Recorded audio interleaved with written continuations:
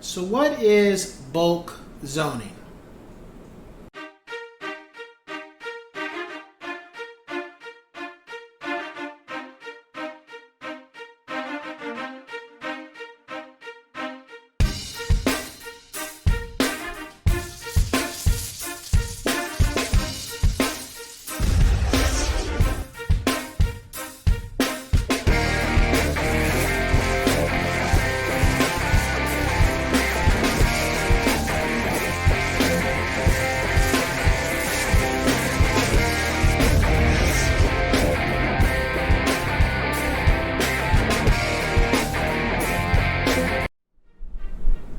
What's going on, ladies and gents in Cyberland? Coming back to another educational video, and this time we are moving on to zoning, or one of the things about zoning, and I'm going to be talking about bulk zoning and what exactly that is. So, one of my videos, and I'm pretty sure I've said it more than once, is one of my biggest peeves with where I've lived in the past and things that make me change my outlook on neighborhoods is I am one who does not like to see homes being stacked on top of each other. I like to see space enough for everybody, meaning that personally, if somebody could have an acre of land, I think an acre of land is good. I think everybody should have an acre of land. I don't think people should be limited to having only 6,000 square feet. I think an acre of land is doable for anybody. Why? Because you can build on it, or that's enough to have raise multiple families on. Doesn't mean you need to have a farm, but if you wanted to grow your own vegetables and fruits, you could. And my point of this is that things that I have seen over the years is that you have had situations where homes have been stacked on top of each other, at least to me, where there's no space between the homes, where what I'm talking about, the next door neighbor can hear. Now, is that what's going on at this moment? No, but it's just an example. Or I can hear the next door neighbors in regards to what they're doing every single night or every single morning. When they get up, I get woken up. When they go to bed, I now can go to bed because they now have shut up. And to me, I believe there have been situations where homes have been built in regards to where that has happened. I practice my guitar, but I don't think the neighbors down the street should be able to hear me because our homes are too close to each other. And the thing about bulk zoning is it is put in place to prevent that.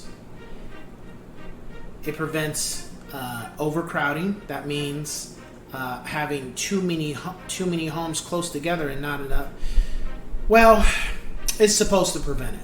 However, there have been times where some neighborhoods maybe didn't prevent that. How about that? Because there's certain parts of Long Beach right now that are over or impacted per se. However, then you can hear people on one side saying, well, they were never meant to house that many people, which I can totally agree with. So what are we doing to avoid that happening? And that's where bulk zoning comes into, where you have homes being built to where they're not, how do I say, they make sure that we only build 10 homes on this block, not 20. This is the amount of space we have. We're not going to put more homes so you can make more money, and these homes are right next to each other. So if that, hypothetically, there's an earthquake, this house falls on this house, it falls on this house, and falls on this house, like a domino effect. Or, like what I was just discussing, a situation where everybody can literally take 2 steps and they're in somebody else's backyard.